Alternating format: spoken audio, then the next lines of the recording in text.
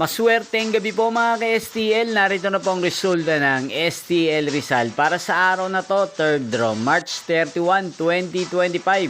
Araw ng Lunes. Naway ang mga natayaan niyo pong mga numero kanina ay manalo nawa ngayong gabing ito, 8:45 PM. Kaya't kunin niyo na po ang inyong mga tickets. Narito na po ang resulta. Ang mga numerong nanalo sa STL Rizal ngayong gabing ito, March 31, 2025, 8:45 PM, third draw result 27 at 10 in exact order.